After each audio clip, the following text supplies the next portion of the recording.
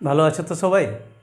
আজকে আমরা আলোচনা করব কোষীয় শ্বসন নিয়ে। কোষীয় শ্বসন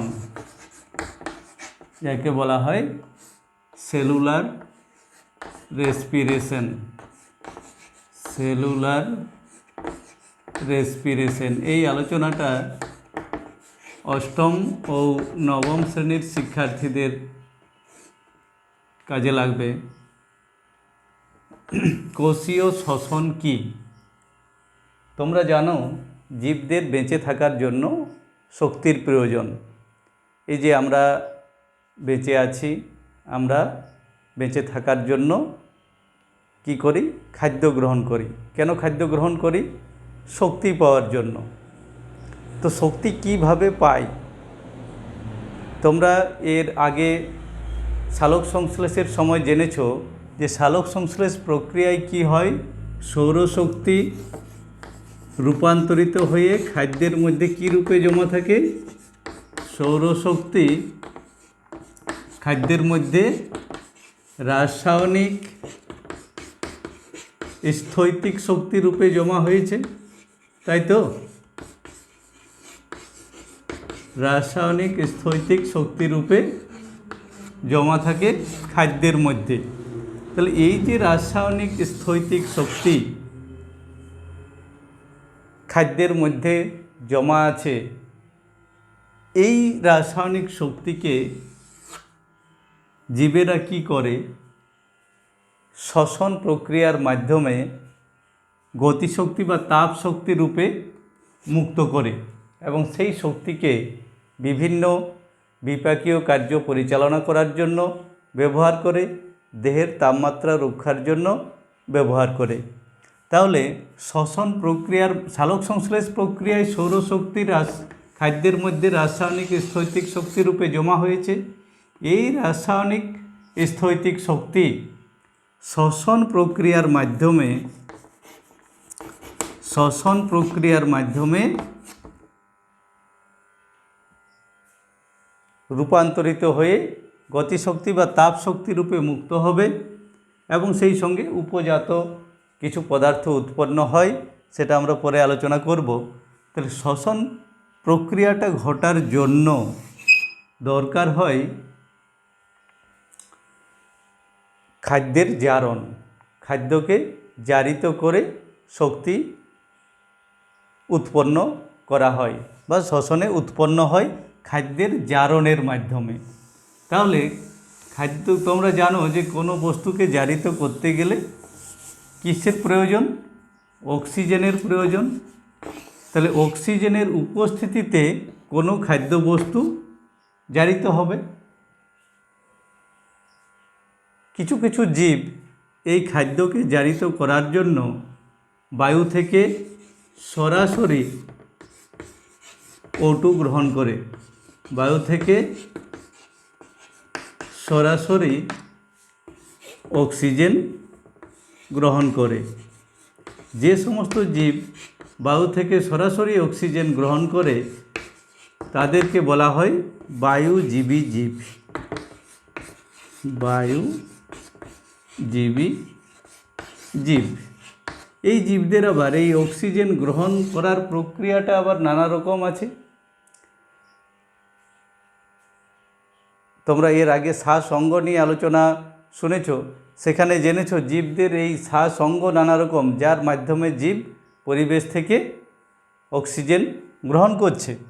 তো যেভাবেই অক্সিজেন গ্রহণ করুক না কেন, ওই খাদ্যকে জারিত করার যে কৌশল, সেটা কিন্তু সবার ক্ষেত্রেই একই। তাহলে বায়ুজীবী জীবদের ক্ষেত্রে খাদ্যকে জারিত করার কৌশলটা একই রকম, কিন্তু তাদের অক্সিজেন গ্রহণটা নানা রকম পদ্ধতিতে হতে পারে। কেউ ত্বকের সাহায্যে অক্সিজেন গ্রহণ করে, কেউ ফুলকার সাহায্যে গ্রহণ করে, আমরা ফুসফুসের সাহায্যে গ্রহণ করি। তো যেভাবেই অক্সিজেন গ্রহণ করুক না কেন, এই খাদ্যের জারণ প্রক্রিয়াটা হচ্ছে একই রকম। তো এই খাদ্যের জারণ প্রক্রিয়াটা, তাহলে জারণের জন্য অক্সিজেন দরকার, এটা তো আমরা বললাম। অক্সিজেন চাই, অক্সিজেন ছাড়া খাদ্য জারিত হবে না। এবার কিছু অবায়ুজীবী জীব আছে, অবায়ুজীবী জীব।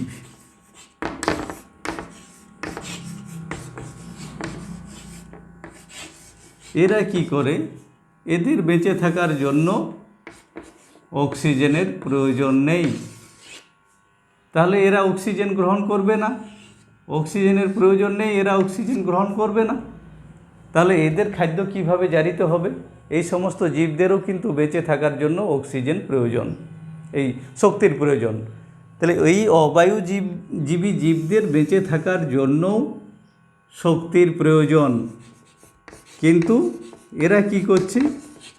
শক্তির প্রয়োজন আছে এদেরও, কিন্তু এরা বায়ু থেকে অক্সিজেন গ্রহণ করছে না। তাহলে এরা খাদ্যকে জারিত করবে কি করে? আর খাদ্য জারিত না হলে শক্তি পাবো না। তখন উপায়, এই সমস্ত জীবেরা অক্সিজেন যুক্ত অন্য কোনো যৌগ থেকে অক্সিজেন গ্রহণ করে, মানে অক্সিজেন ব্যবহার করে। এরা যেহেতু বায়ু থেকে অক্সিজেন গ্রহণ করছে না, এরা অক্সিজেন যুক্ত বিভিন্ন অজৈব যৌগ থেকে অক্সিজেন ব্যবহার করে খাদ্যকে জারিত করে। কিন্তু এই প্রক্রিয়ার সময় খাদ্য আংশিকভাবে জারিত হবে এবং শক্তির মুক্তিও ঘটবে কম। তাহলে অবায়ুজীবী জীবদের ক্ষেত্রে মুক্ত অক্সিজেন ছাড়াই শ্বসন প্রক্রিয়াটা সম্পন্ন হয়। আরেক ধরনের শ্বসন আছে যেখানে অক্সিজেন কাজেই লাগবে না, অক্সিজেন ছাড়াই বিভিন্ন জীবদের দেহ নিঃসৃত উৎসেচকের দ্বারাই খাদ্যবস্তু জারিত হয়ে শক্তি তৈরি হবে।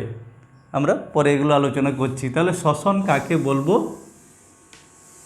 যে জৈব রাসায়নিক প্রক্রিয়ায় কোষ মধ্যস্থ খাদ্য অক্সিজেনের উপস্থিতিতে বা অনুপস্থিতিতে সম্পূর্ণ বা আংশিক রূপে জারিত হয়ে শক্তির মুক্তি ঘটায়, তাকেই শ্বসন বলে। মনে থাকবে, শ্বসনের মূল যে জিনিসটা, যেখানে শক্তির মুক্তি ঘটবে কিসের মাধ্যমে? তা শ্বসন বস্তুর জারণের মাধ্যমে। এখন প্রশ্ন হচ্ছে শ্বসন বস্তু কাকে বলে? শ্বসন বস্তু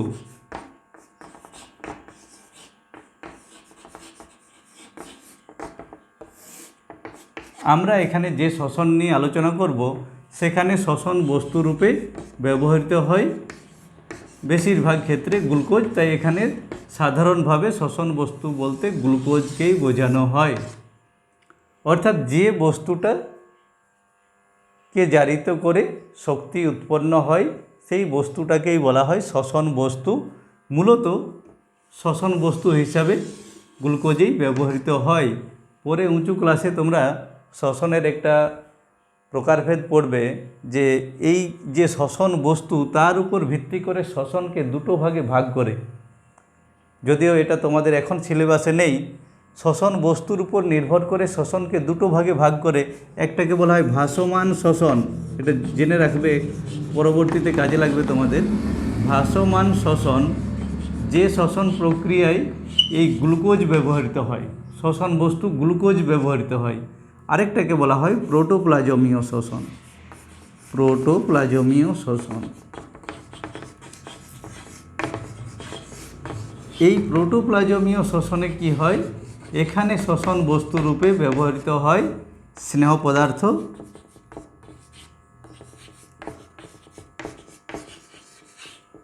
আর প্রোটিন। তোমরা জানো যে আমরা যে খাদ্য গ্রহণ করি তা কি? তা কার্বোহাইড্রেট হতে পারে, স্নেহ পদার্থ হতে পারে, বা প্রোটিন হতে পারে।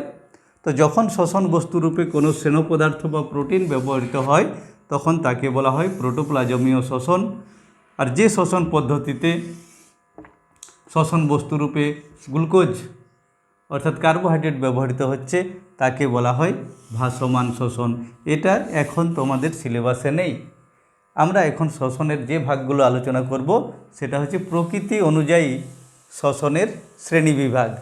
তো তার আগে আরেকটু জেনে নাও, যে শ্বসন প্রক্রিয়াটা কখন হয়। তোমরা জেনেছ এর আগে সালোক সংশ্লেষ পড়েছ যে সালোক সংশ্লেষ কখন হয়, তাহলে এবার জানতে হবে শ্বসন কখন হয়।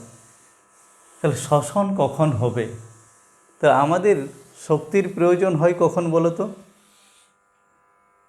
আমাদের শরীরে শক্তির প্রয়োজন হয় সব সময়ই শক্তির প্রয়োজন হয়।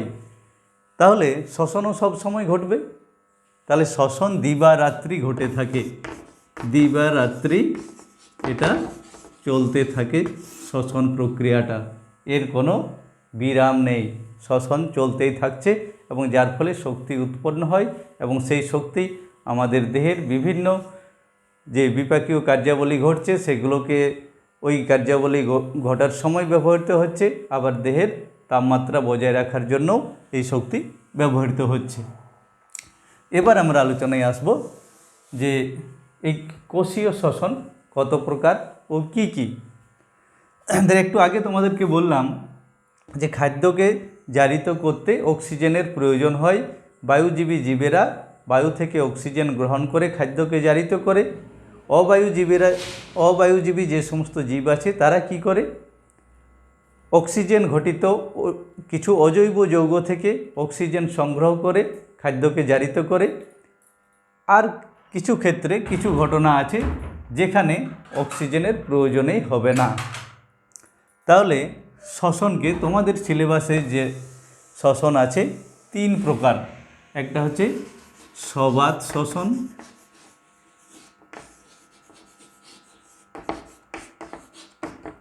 অবাত শ্বসন,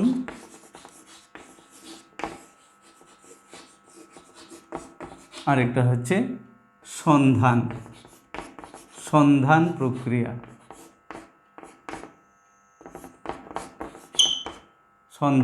এই 3 ধরনের কোষীয় শ্বসন আছে। তা আমরা জানব, একটা একটা করে আলোচনা করব। সবাত শ্বসন কাকে বলে? এই সবাত শ্বসনটা ঘটে থাকে বায়ুজীবী জীবদের ক্ষেত্রে। আজকে শুধু এই প্রত্যেকটার এই অল্প অল্প আলোচনা করব, পরে এগুলো আমরা ডিটেলসে আলোচনা করব। সবাত শ্বসন যে শ্বসন প্রক্রিয়ায় কোষ মধ্যস্থ শ্বসন বস্তু অক্সিজেনের উপস্থিতিতে সম্পূর্ণরূপে জারিত হয়ে কার্বন ডাইঅক্সাইড ও জল উৎপন্ন করে এবং শ্বসন বস্তু মধ্যস্থ শক্তি সম্পূর্ণরূপে মুক্ত হয়, তাকে বলা হয় সবাত শ্বসন। তাহলে এই প্রক্রিয়ায় কি হবে, খাদ্য মধ্যস্থ বা শ্বসন বস্তু মধ্যস্থ যে শক্তি তা সম্পূর্ণরূপে নির্গত হবে এবং এখানে কার্বন ডাইঅক্সাইড ও জল তৈরি হবে। এই সবাত শ্বসনের রাসায়নিক সমীকরণটা হচ্ছে, তাহলে সবাত শ্বসনে এখানে শ্বসন বস্তুরূপে গ্লুকোজ ব্যবহৃত হয়। তাহলে গ্লুকোজের সংকেত তোমরা জানো, C6H12O6, এর সঙ্গে 6 অণু অক্সিজেন দ্বারা জারিত হয়ে গ্লুকোজ, এখানে কিছু উৎসেচকের ভূমিকা আছে, তৈরি করে 6 অণু কার্বন ডাইঅক্সাইড, 6CO2, 6H2O আর 686 কিলো ক্যালোরি তাপ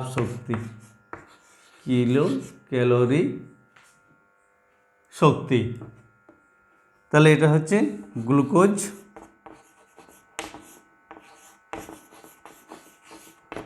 তার সঙ্গে কী ছিল, অক্সিজেন, তৈরি হচ্ছে কি CO2 অর্থাৎ কার্বন ডাইঅক্সাইড, জল আর তাপ শক্তি। কতটা শক্তি, 686 কিলো ক্যালোরি তাপ শক্তি। এই 686 কিলো ক্যালোরি তাপ শক্তির বা শ্বসন প্রক্রিয়ায় যতটা শক্তি উৎপন্ন হয় সেই শক্তির 40% জীবদেহের বিভিন্ন বিপাকীয় কার্যকলাপে ব্যবহৃত হয় এবং বাকি 60% দেহের তাপমাত্রা রক্ষায় ব্যবহৃত হয়। এই যে 40% শক্তি, তা তোমরা এর আগে একটা উচ্চ শক্তি সম্পন্ন যৌগের নাম জেনেছো, কি বলো তো? এটিপি। এই এটিপির মধ্যে থাকে 40% শক্তি, এটিপির মধ্যে থাকে, এবং সেই এটিপি যেখানে শক্তির প্রয়োজন সেখানে শক্তি সরবরাহ করে এবং নিজে এডিপিতে রূপান্তরিত হয়। তাহলে এই সমীকরণটা যদি মনে রাখো তাহলে সবাত শ্বসন এর সংজ্ঞা লিখতে পারবে। তাহলে যে জৈব রাসায়নিক প্রক্রিয়ায় কোষ মধ্যস্থ শ্বসন বস্তু অক্সিজেনের উপস্থিতিতে সম্পূর্ণরূপে জারিত হয়ে কার্বন ডাইঅক্সাইড ও জল উৎপন্ন করে এবং সেই সঙ্গে শ্বসন বস্তু মধ্যস্থ শক্তির সম্পূর্ণ নির্গমন ঘটায়, বা সম্পূর্ণ শ্বসন বস্তু মধ্যস্থ শক্তি সম্পূর্ণরূপে মুক্ত হয়, তাকে সবাত শ্বসন বলে। ঠিক আছে? তাহলে সবাত শ্বসনে কি হবে? অক্সিজেনের উপস্থিতিতে এটা হবে, খাদ্যবস্তু অর্থাৎ শ্বসন বস্তু সম্পূর্ণরূপে জারিত হবে, উৎপন্ন হবে কি? কার্বন ডাইঅক্সাইড আর জল, এবং শ্বসন বস্তু মধ্যস্থ শক্তি সম্পূর্ণরূপে মুক্ত হবে। এই হচ্ছে সবাত শ্বসনের সংজ্ঞা।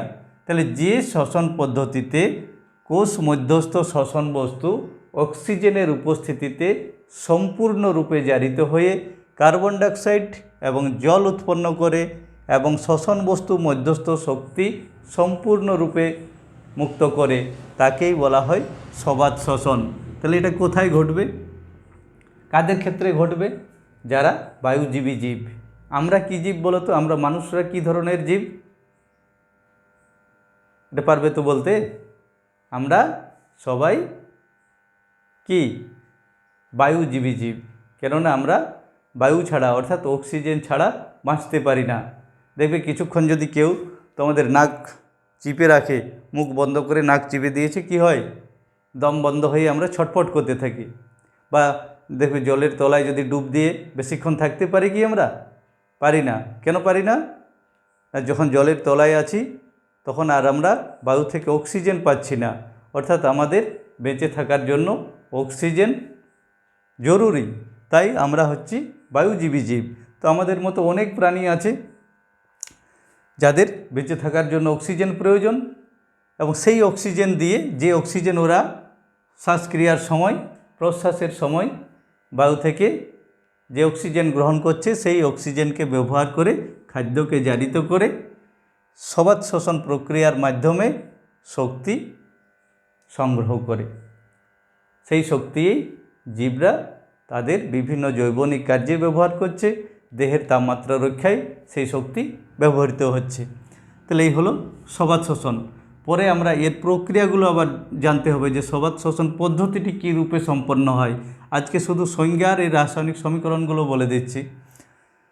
এরপর আছে অবাত শ্বসন।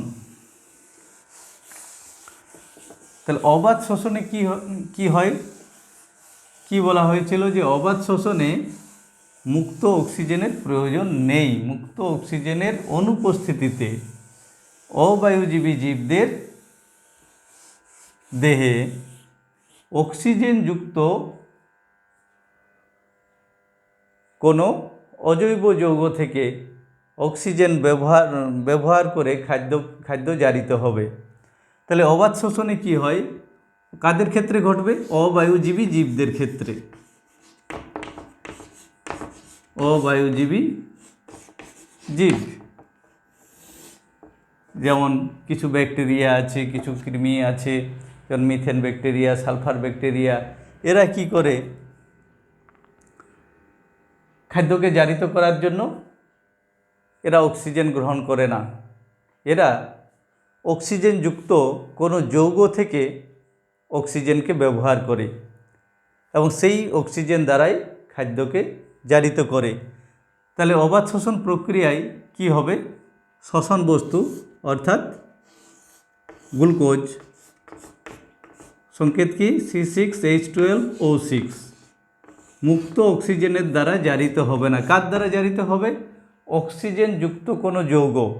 এখানে ধরো অক্সিজেনযুক্ত কোনো একটা যৌগ যেমন নাইট্রেট, সালফেট, এই সমস্ত যে যৌগগুলো, সেই যৌগগুলো অক্সিজেন সরবরাহ করবে।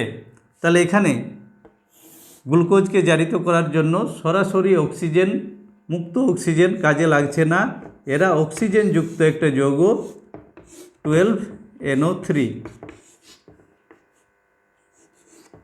এটাকে পুরোটাই ব্র্যাকেটে লিখি।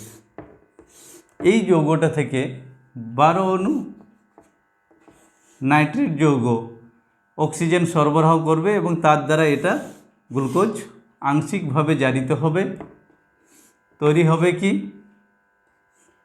এই প্রক্রিয়ায় যখন আমরা পাবো, তাহলে এই নাইট্রেট এখানে অক্সিজেন সরবরাহ করবে, অর্থাৎ এখানে সরাসরি এই প্রক্রিয়ায় গ্লুকোজকে জারিত করার জন্য মুক্ত অক্সিজেনের প্রয়োজন হয়নি।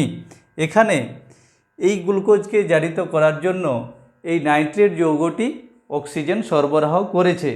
এখানে কি উৎপন্ন হবে, 6 অণু কার্বন ডাইঅক্সাইড, 6 অণু জল, এখানে 6CO2 প্লাস 6H2O প্লাস এখানে নাইট্রেট যৌগটি নাইট্রাইটে রূপান্তরিত হবে, আর তার সঙ্গে উৎপন্ন হবে অনেক কম পরিমাণে তাপশক্তি। সবাত শোষণে আমরা যেখানে পড়েছিলাম, সেখানে 1 অণু গ্লুকোজ থেকে আমরা শক্তি পাচ্ছিলাম 686 কিলোক্যালোরি, এখানে শক্তি পাব মাত্র 50 কিলোক্যালোরি, 50 কিলোক্যালোরি, মাত্র 50 কিলোক্যালোরি শক্তি পাচ্ছি অবাত শোষণে। তাহলে এই শ্বসন প্রক্রিয়ায় কি হচ্ছে, মুক্ত অক্সিজেনের অনুপস্থিতিতে খাদ্যবস্তু অক্সিজেনযুক্ত যৌগের অক্সিজেন দ্বারা আংশিকভাবে জারিত হয়ে কার্বন ডাইঅক্সাইড, জল ও অন্য কিছু পদার্থ তৈরি হচ্ছে, এবং তার সঙ্গে কি হচ্ছে, 50 কিলোক্যালোরি শক্তি উৎপন্ন হয়েছে, অর্থাৎ এখানে শক্তির মুক্তি ঘটেছে আংশিক রূপে। অর্থাৎ গ্লুকোজ থেকে 1 অণু গ্লুকোজ থেকে সবাত শোষণে পেয়েছিলাম 686 কিলোক্যালোরি শক্তি, এখানে কি হচ্ছে, মাত্র 50 কিলোক্যালোরি শক্তি পাচ্ছি, অর্থাৎ শক্তি আংশিক রূপে মুক্ত হয়েছে। তাহলে যে শ্বসন পদ্ধতিতে অবায়ুজীবী জীবকোষে কোষ মধ্যস্থ শ্বসন বস্তু মুক্ত অক্সিজেনের অনুপস্থিতিতে অক্সিজেনযুক্ত যৌগের অক্সিজেন দ্বারা আংশিকভাবে জারিত হয়ে কার্বন ডাইঅক্সাইড, জল ও অন্যান্য যৌগ উৎপন্ন করে এবং শ্বসন বস্তু মধ্যস্থ শক্তির আংশিক নির্গমন ঘটায়, তাকে বলা হয় অবাত শোষণ। তাহলে অবাত শোষণে সংজ্ঞাটা তাহলে বুঝতে পারছো যে এখানে মুক্ত অক্সিজেন লাগছে না, এটাই মূল ফ্যাক্টর। কে অক্সিজেন সরবরাহ করছে, অন্য কোনো অক্সিজেন ঘটিত যৌগ, নাইট্রেট হতে পারে, সালফেট হতে পারে, এবং খাদ্যবস্তু আংশিক রূপে জারিত হচ্ছে, যার ফলে এখানে কম শক্তি উৎপন্ন হয়েছে। এই আংশিক ব্যাপারটা এখানে মনে রাখবে যে এখানে শক্তির মুক্তি সম্পূর্ণভাবে ঘটেনি। যদি শক্তির মুক্তি সম্পূর্ণভাবে ঘটতো তাহলে 686 কিলোক্যালোরি শক্তি পেতাম, কিন্তু এখানে শক্তি আংশিক রূপে মুক্ত হয়েছে বলেই মাত্র 50 কিলোক্যালোরি শক্তি পেয়েছি। তাহলে অবাত শোষণের এই রাসায়নিক সমীকরণটা মনে রাখবে। সবাত শোষণের রাসায়নিক সমীকরণ যেমন জেনেছো, অবাত শোষণের রাসায়নিক সমীকরণটিও ঠিক সেইভাবেই মনে রাখবে। এটাকে বারবার তোমরা খাতাতে লিখবে, তাহলেই কিন্তু এটা করতে পারবে। এরপরে আরেকটা আছে সন্ধান প্রক্রিয়া। সন্ধান প্রক্রিয়ার ক্ষেত্রে কি হবে, দেখো সবাত শোষণ বা অবাত শোষণ যাই হোক না কেন, সেখানে কিন্তু অক্সিজেন ব্যবহৃত হয়েছে। অবাত শোষণে মুক্ত অক্সিজেন ব্যবহৃত না হলেও এই যৌগটা অক্সিজেন সরবরাহ করেছে, কিন্তু সন্ধান প্রক্রিয়ায় অক্সিজেন ছাড়াই শ্বসন বস্তু উৎসেচকের দ্বারাই শক্তির মুক্তি ঘটাবে, সেক্ষেত্রে কোথাও অক্সিজেন ব্যবহৃত হবে না। তাহলে সন্ধান প্রক্রিয়ায় মুক্ত অক্সিজেন কাজেই লাগবে না। সবাত শোষণে অক্সিজেন কাজে লেগেছিল, অবাত শোষণে সরাসরি মুক্ত অক্সিজেনের প্রয়োজন হয়নি, অক্সিজেন যুক্ত যৌগ অক্সিজেন সরবরাহ করেছিল। সন্ধান প্রক্রিয়ায় অক্সিজেনের কোনো প্রয়োজন নেই। এখানে শ্বসন বস্তু কিছু কিছু জীব নিঃসৃত উৎসেচকের দ্বারাই শ্বসন বস্তুকে জারিত করে শক্তির মুক্তি ঘটাবে। তাহলে শ্বসন প্রক্রিয়াটা, এই সন্ধান প্রক্রিয়াটি আবার দুটো ভাগে ভাগ আছে। একটাকে বলা হয় কোহল সন্ধান, আরেকটাকে বলা হয় ল্যাকটিক অ্যাসিড সন্ধান। নামটা থেকেই বুঝতে পারছো যে যে সন্ধান প্রক্রিয়ায়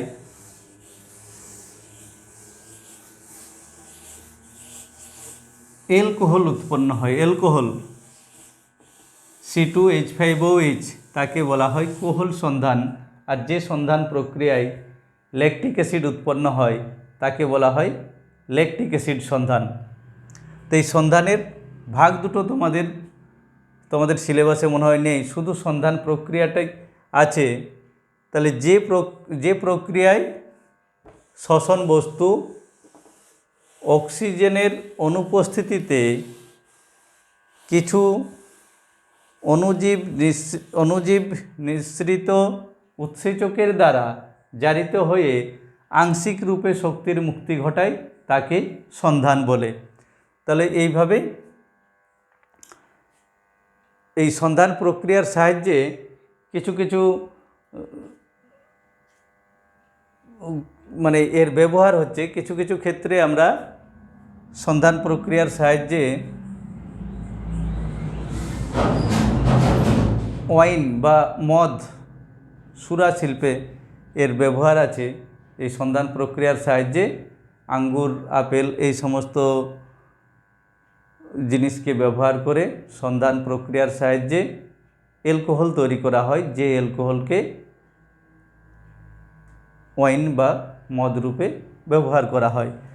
তো যাই হোক, এখানে এই সন্ধান প্রক্রিয়াটি কিভাবে ঘটে, এই সন্ধান প্রক্রিয়াটির ক্ষেত্রে যেটা তোমাদের মনে রাখার প্রয়োজন যে এখানে অক্সিজেন দরকার হয় না, অক্সিজেন ছাড়াই এই প্রক্রিয়াটি ঘটবে। এখানে জাইমেজ বলে একটা উৎসেচক, ইস্ট নামক ছত্রাকের দেহ নিঃসৃত একটা উৎসেচক জাইমেজ, এই জাইমেজ নামক একটি জাইমেজ উৎসেচক কী করে, শর্করাকে পরিবর্তিত করে তৈরি করে ইথাইল অ্যালকোহল, কার্বন ডাইঅক্সাইড এবং সেই সঙ্গে তৈরি করে অল্প পরিমাণে শক্তি। সেখানে কি হবে, গ্লুকোজ C6H12O6, এখানে জাইমেজ উৎসেচক, এই জাইমেজ উৎসেচক থেকে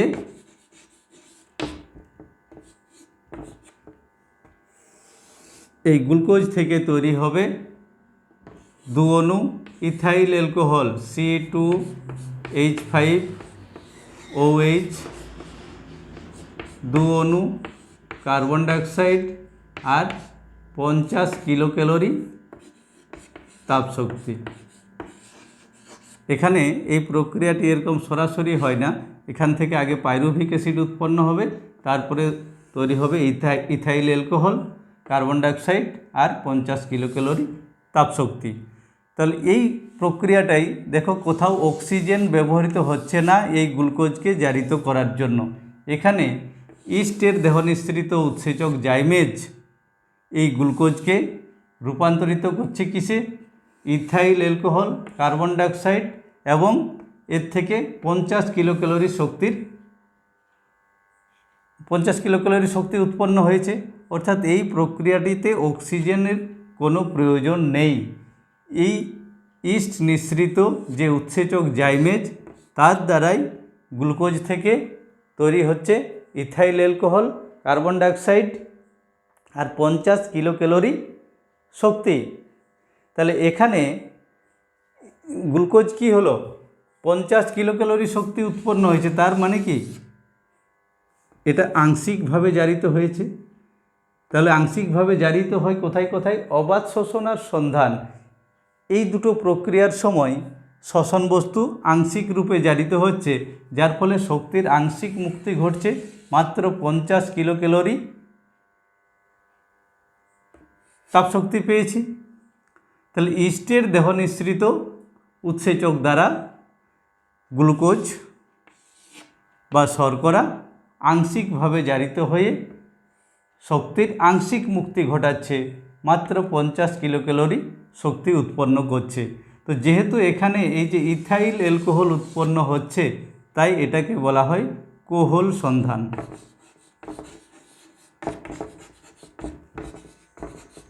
কোহল সন্ধান। আরেকটা আছে ল্যাকটিক অ্যাসিড সন্ধান। সেখানে কি হবে? কার্বন ডাইঅক্সাইডও তৈরি হবে না। ল্যাকটিক অ্যাসিড সন্ধানে, কোহল সন্ধানে কার্বন ডাইঅক্সাইড তৈরি হয়, ল্যাকটিক অ্যাসিড সন্ধানে কিন্তু কার্বন ডাইঅক্সাইড তৈরি হবে না। যখন দুধ থেকে দই তৈরি হয়, দুধ থেকে দই তৈরি হওয়ার জন্য তোমরা জেনেছো যে এর আগেও তোমরা ক্লাস 7 এবং 8-এ পড়েছো যে ল্যাক্টোব্যাসিলাস নামে যে ব্যাকটেরিয়া, সেই ব্যাকটেরিয়া কি করে? দুধকে দইয়ে রূপান্তরিত করে। সেই দুধ থেকে যখন দই হয়,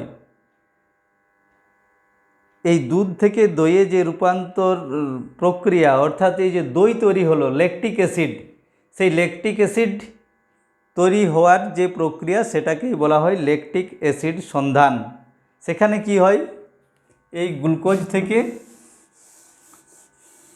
ইথাইল অ্যালকোহল তৈরি হবে না, কার্বন ডাইঅক্সাইড তৈরি হবে না, বাকি 50 কিলোক্যালোরি তাপশক্তি তৈরি হবে।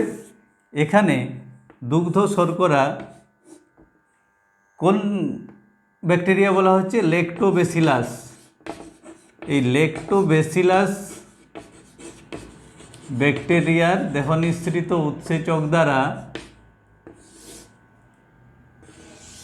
শ্বসন বস্তু, অর্থাৎ এখানে দুগ্ধ শর্করা আংশিক রূপে জারিত হয়ে তৈরি করবে ল্যাকটিক অ্যাসিড।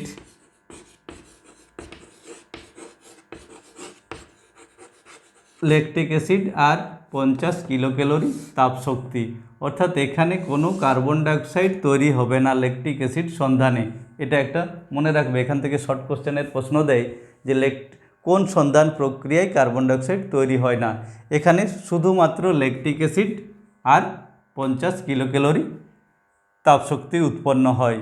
তাহলে ল্যাকটিক অ্যাসিড তৈরি হচ্ছে বলে একে বলা হয় ল্যাকটিক অ্যাসিড সন্ধান। তাহলে সন্ধানকে আমরা দুটো ভাগে ভাগ করি, একটা হচ্ছে ল্যাকটিক অ্যাসিড সন্ধান, আরেকটা হচ্ছে কি ছিল আগেরটা? কোহল সন্ধান। এটাকে বলা হচ্ছে ল্যাকটিক অ্যাসিড সন্ধান।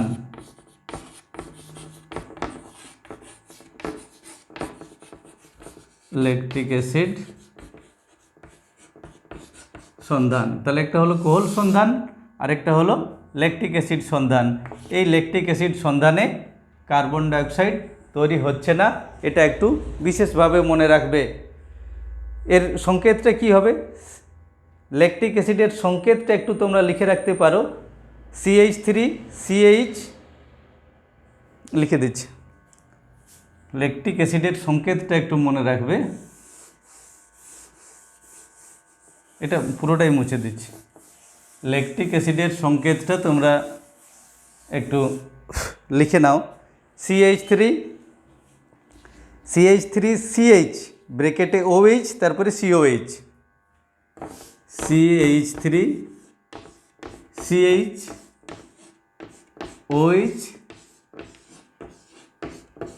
COH, এটা হচ্ছে ল্যাকটিক অ্যাসিড। CH3CH তার ব্র্যাকেটে OH লিখবে, তারপরে COH, ল্যাকটিক অ্যাসিড। তাহলে ল্যাকটিক অ্যাসিড সন্ধানের সময় কি হয়? ল্যাক্টোব্যাসিলাস নামক ব্যাকটেরিয়া দুগ্ধ শর্করাকে ল্যাকটিক অ্যাসিডে রূপান্তরিত করে এবং শক্তির আংশিক মুক্তি ঘটায়। তাহলে এখানে গ্লুকোজ কি হচ্ছিল? C6H12O6, এখানে উৎসেচক কোন উৎসেচক? ল্যাক্টোব্যাসিলাস ব্যাকটেরিয়ার দেহ নিঃসৃত উৎসেচক কি করছে? একে ল্যাকটিক অ্যাসিডে রূপান্তরিত করছে। CH3 CHOH আর তার সঙ্গে উৎপন্ন করছে 50 কিলো ক্যালোরি তাপশক্তি। এই হলো শ্বসন ও তার প্রকারভেদ। তাহলে শ্বসন কাকে বলে জানলাম, শ্বসন কোথায় হয় জানলাম, আর কি শ্বসন বস্তু মানে ব্যবহৃত শ্বসন বস্তু অনুযায়ী শ্বসন কয় প্রকার ও কী কী জেনেছি। যদিও ওটা তোমাদের সিলেবাসে নেই, তবুও জেনে রাখা ভালো, পরবর্তী ক্লাসে তোমাদের কাজে লাগবে। আর কি জানলাম? প্রকৃতি অনুযায়ী শ্বসনের শ্রেণীবিভাগ, সবাত শ্বসন, অবাত শ্বসন, সন্ধান। সবাত শ্বসন কোথায় হয়, কোন জীবদের ক্ষেত্রে হয়, সবাত শ্বসনে কীভাবে ওই খাদ্যবস্তু জারিত হয়ে কতটা শক্তির মুক্তি ঘটায় তাও জেনেছি। অবাত শ্বসনে কী জানলাম? অবাত শ্বসন কাকে বলে? সেখানে মুক্ত অক্সিজেন কাজে লাগছে না। কোথা থেকে অক্সিজেন কাজে লাগছে? অক্সিজেন যুক্ত কোনো যৌগ থেকে অক্সিজেন ব্যবহৃত হয়ে খাদ্যবস্তুকে জারিত করছে, কিন্তু সেখানে খাদ্যবস্তু আংশিক রূপে জারিত হচ্ছে এবং শক্তির মুক্তি ঘটছে আংশিক রূপে। আর সন্ধান প্রক্রিয়ায় কি হচ্ছে? অক্সিজেনের কোনো দরকার নেই, শুধুমাত্র উৎসেচকের সাহায্যেই খাদ্যবস্তু আংশিক রূপে জারিত হয়ে তৈরি করবে, শক্তির আংশিক মুক্তি ঘটাবে এবং কখনো তৈরি হবে ইথাইল অ্যালকোহল, কার্বন ডাইঅক্সাইড, কোথাও বা ল্যাকটিক অ্যাসিড। তাহলে এই সন্ধানকে দুটো ভাগে ভাগ করি। যদি সন্ধান প্রক্রিয়ায় ইথাইল অ্যালকোহল উৎপন্ন হয় তখন তাকে বলা হয় কোহল সন্ধান, আর যদি সন্ধান প্রক্রিয়ায় ল্যাকটিক অ্যাসিড উৎপন্ন হয় তাহলে তাকে বলা হয় ল্যাকটিক অ্যাসিড সন্ধান। তাহলে এই হলো আজকের সারাংশ। আর কয়েকটা উল্লেখযোগ্য প্রশ্ন যেগুলো বললাম যে কিছু ব্যতিক্রমী প্রশ্ন আছে, যেমন ওই ল্যাকটিক অ্যাসিড সন্ধানের সময় কার্বন ডাইঅক্সাইড তৈরি হচ্ছে না, বা কোন ব্যাকটেরিয়া ল্যাকটিক অ্যাসিড সন্ধানে সাহায্য করছে, এই জাতীয় প্রশ্নগুলো আছে। ছোট ছোট প্রশ্নগুলো এরকম এখান থেকে আসতে পারে। তাহলে ল্যাক্টোব্যাসিলাস নামক ব্যাকটেরিয়ার দেহ নিঃসৃত উৎসেচক দ্বারা দুধ দইয়ে রূপান্তরিত হয়, অর্থাৎ এই সময় দুগ্ধ শর্করা ওই ল্যাক্টোব্যাসিলাস ব্যাকটেরিয়ার দেহ নিঃসৃত উৎসেচক দ্বারা আংশিক রূপে জারিত হয়ে ল্যাকটিক অ্যাসিড তৈরি করে এবং শক্তির আংশিক মুক্তি ঘটায় 50 কিলো ক্যালোরি তাপশক্তি আমরা সন্ধান প্রক্রিয়ায় পাওয়া যায়। ঠিক আছে, আজকে এই পর্যন্তই থাক। আগামী ক্লাসে আমরা শুধুমাত্র সবাত শোষণ নিয়ে আলোচনা করব। সবাত শোষণের পদ্ধতি, কিভাবে সবাত শোষণ সম্পন্ন হয়, এটা নিয়ে আলোচনা হবে পরবর্তী ক্লাসে। ঠিক আছে, আজকে এখানেই শেষ করি, ক্লাসটা অনেক বড় হয়ে গেল। পরবর্তী ক্লাস আমরা সবাত শোষণ নিয়ে আলোচনা করব। ঠিক আছে।